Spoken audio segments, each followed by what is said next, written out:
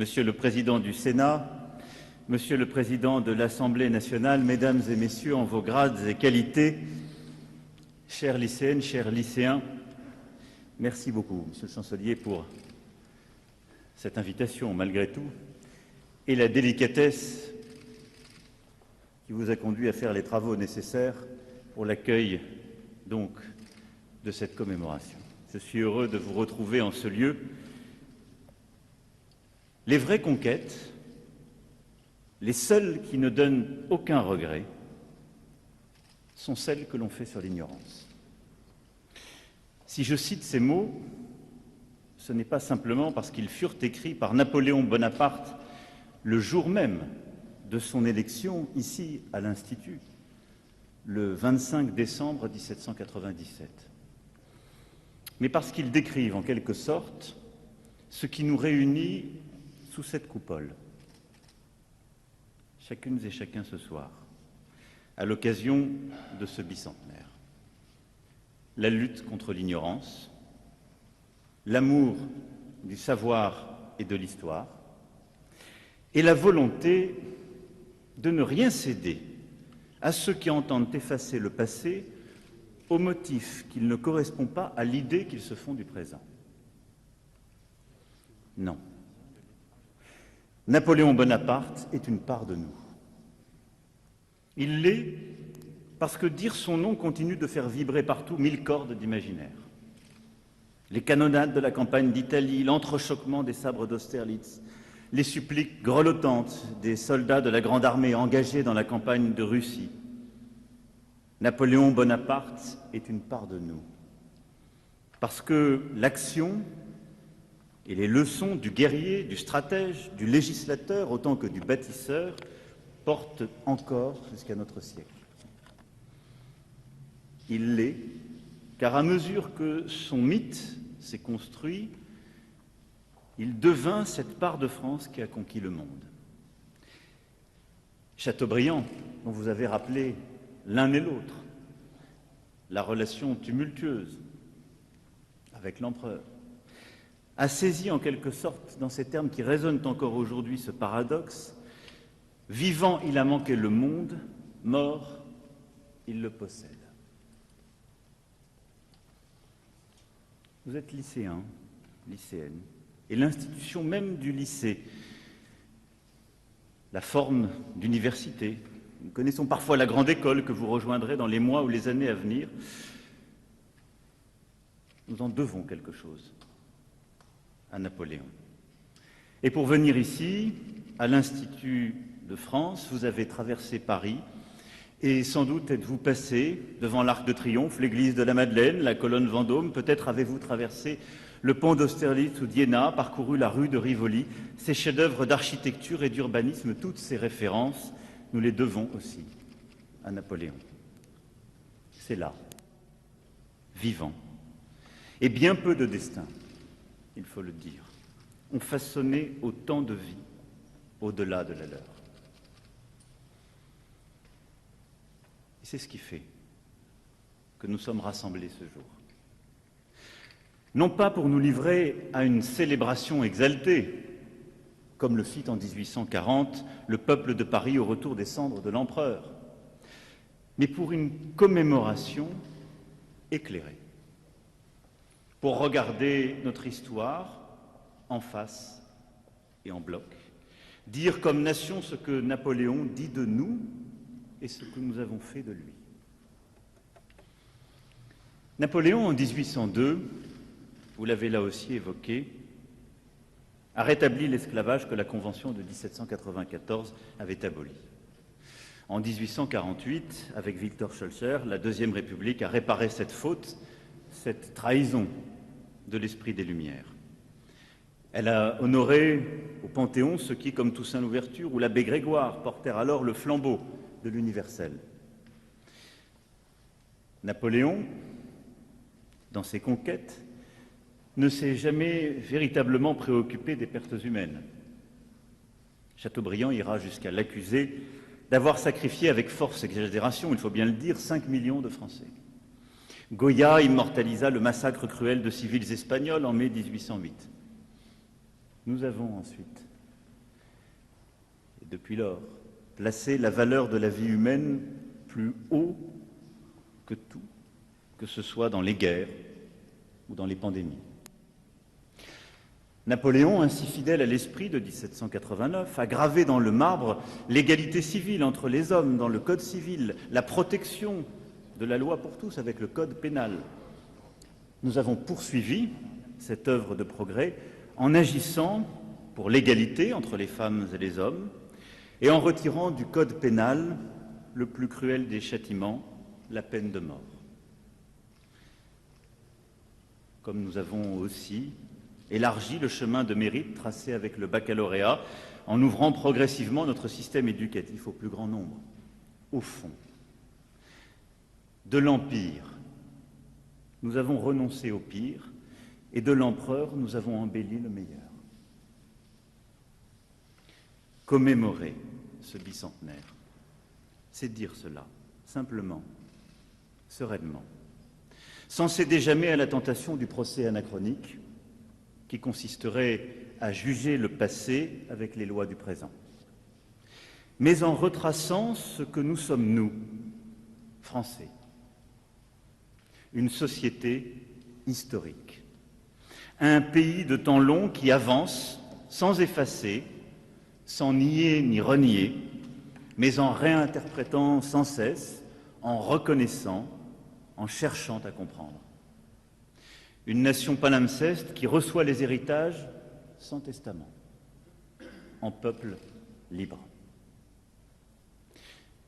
De Clovis au comité de salut public, j'assume tout, disait-il lui-même.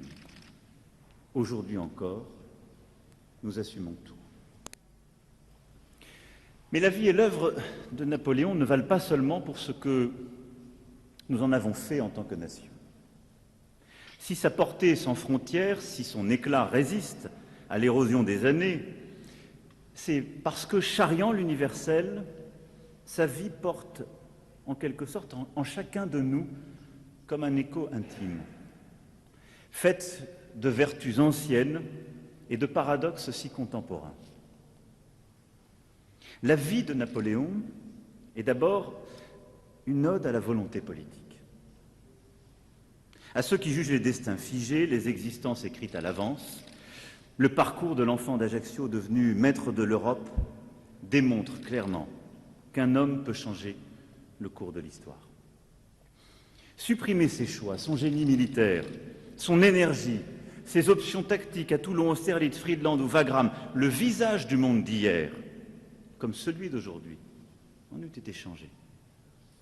Imaginez réussir les tentatives d'assassinat de la rue Saint-Nicèze ou de Vienne, le destin de la France n'aurait pas été le même. On aime Napoléon parce que sa vie a le goût du possible, parce qu'elle est une invitation à prendre son risque, à faire confiance à l'imagination, à être pleinement soi. La vie de Napoléon est aussi un chant de la raison. Sans doute est-ce en effet l'un de ceux qui poussa le plus loin en pratique l'héritage des Lumières, la confiance en la science, l'art de l'organisation et tout cet héritage du XVIIIe siècle. Dans le mémorial de Sainte-Hélène sont décrites ses dispositions hors normes en mathématiques, les traités d'arithmétique et de physique dévorés, les jours et les nuits passés sur des ouvrages de stratégie militaire. Gaspard Gourgaud, un autre de ses compagnons d'exil, dira même de l'empereur qu'il était un système de Spinoza. Mais au-delà de sa construction personnelle, Napoléon voulut que la raison, la science, la technique puissent irriguer le pays dans son entier pour l'emmener sur le chemin du progrès.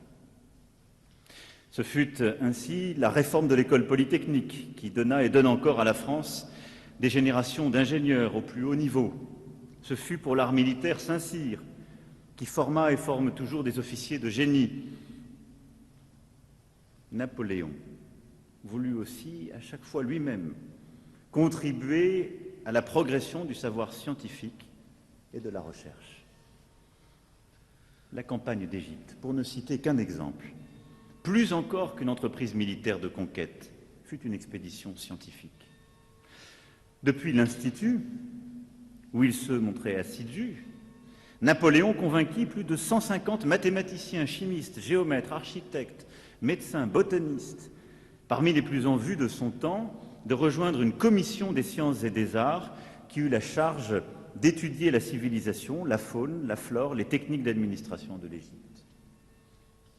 Ils le firent et ramenèrent une somme de connaissances, saluée de tous.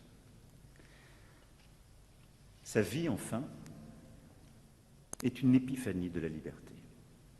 Malgré tous ses paradoxes et tout ce que vous avez parfaitement restitué de son rapport à celle-ci quand il s'agit de la liberté des autres. Mais si Napoléon est le premier des romantiques, ce n'est pas seulement parce qu'il fascina Goethe lors de leur rencontre à Erfurt, parce que Stendhal l'adorait, parce que Hugo n'eut pas assez d'alexandrin pour le célébrer, ou parce que Antoine Gengros le peignit au pont d'Arcole, visage émacié et cheveux au vent, dans cet arrangement avec l'histoire que vous évoquiez à l'instant, non. Mais parce qu'à chaque instant et en tous aspects, il réinventa son existence et fut infiniment libre. Une force qui va. Ainsi de ses amours, qu'il mena toujours selon son cœur et jusqu'à divorcer après avoir été couronné par le pape et avoir noué le concordat. Ainsi de son génie militaire, fait d'une grande maîtrise des stratégies autant que d'un art du mouvement et de la surprise, d'un écart avec les schémas classiques qui lui permirent d'atteindre des sommets. Ainsi du panache des 100 jours et de ses clameurs inouïes. Ainsi aussi de ses faiblesses, de la mélancolie de Sainte-Hélène. Ainsi de ses contradictions. Individualiste rassembleur, lucide, inconscient, despote éclairé, Napoléon, cela a été écrit, était capable de hauteurs ubuesques, de modestie provocante, de réussite de rêve comme de ces chutes qui l'accompagnent. Aigle et ogre, Alexandre et Néron, incarnation de la liberté autant que de la répression policière, il pouvait en effet être à la fois l'âme du monde décrite par Hegel à Iéna et le démon de l'Europe. Revers funeste de sa liberté sans limite. Ce que Napoléon représente dans la construction de la nation, ce que Napoléon charrie d'universel est là. Et de là où je suis, enfin, Napoléon est l'homme qui a donné corps à notre organisation politique et administrative, qui a donné forme à cette souveraineté tâtonnante qui sortait de la Révolution. Là encore, nulle volonté de juger les conditions d'accès au pouvoir, Sieyès, le 18 Brumaire et l'orangerie du parc de Saint-Cloud. Nulle volonté non plus de dire si Napoléon a concrétisé ou au contraire dévoyé les valeurs révolutionnaires. Je me garderai bien de m'aventurer sur ces terres. D'abord devant beaucoup plus experts que moi, et parce que ce débat divisa les historiens dès l'instant où il rendit son dernier souffle et les agite encore aujourd'hui. Non. Mais le fait est qu'après des mois d'échecs, de France assiégée, de violences latentes, Napoléon sut incarner l'ordre. Le fait est qu'après des mois de tâtonnement et d'hésitation, il sut donner une forme durable à la géniale intuition révolutionnaire de souveraineté nationale. Comment ?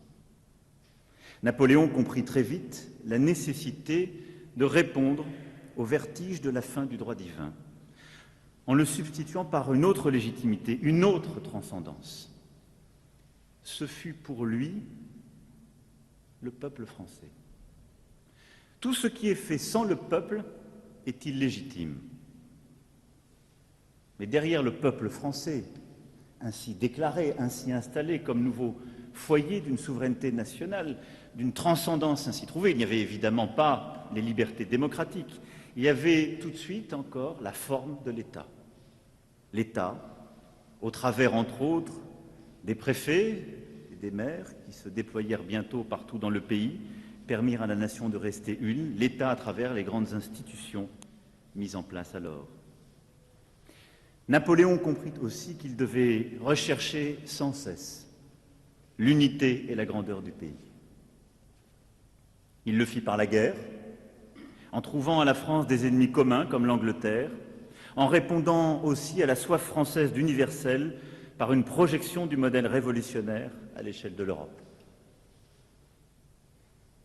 Il le fit en apaisant les relations avec les grandes religions par le Concordat, le Grand Sanhédrin. Il le fit par les arts. Il le fit en veillant à réconcilier aussi ceux que la Révolution avait opposés dans le sang. Et s'il ne renonça jamais au principe de mérite et d'égalité d'accès aux charges, Napoléon fut ainsi l'artisan de l'amnistie d'une partie des royalistes, d'une unité incarnée jusque dans son gouvernement.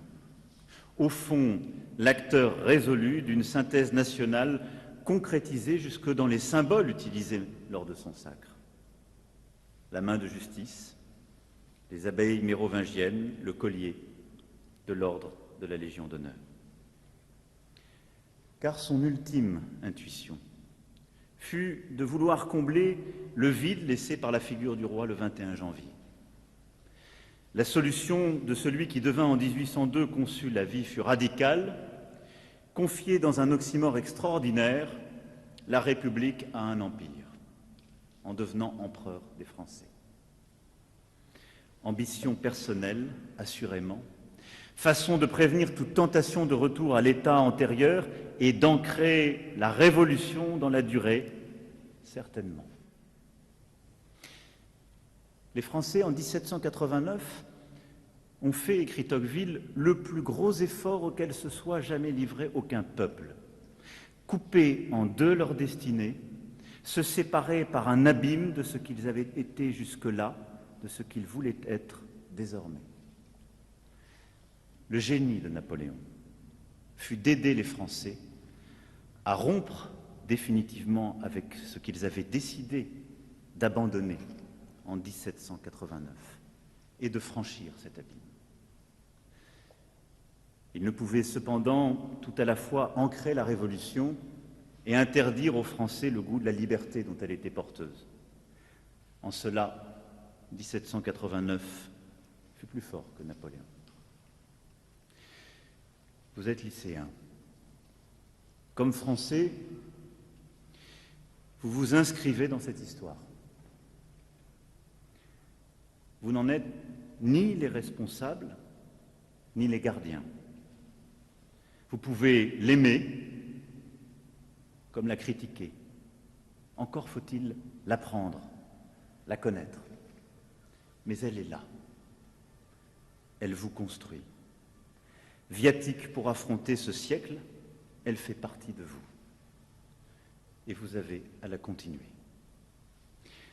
Alors sans doute, l'œuvre totale de Napoléon, tout en clair-obscur, n'a-t-elle pas livré encore tous ses secrets?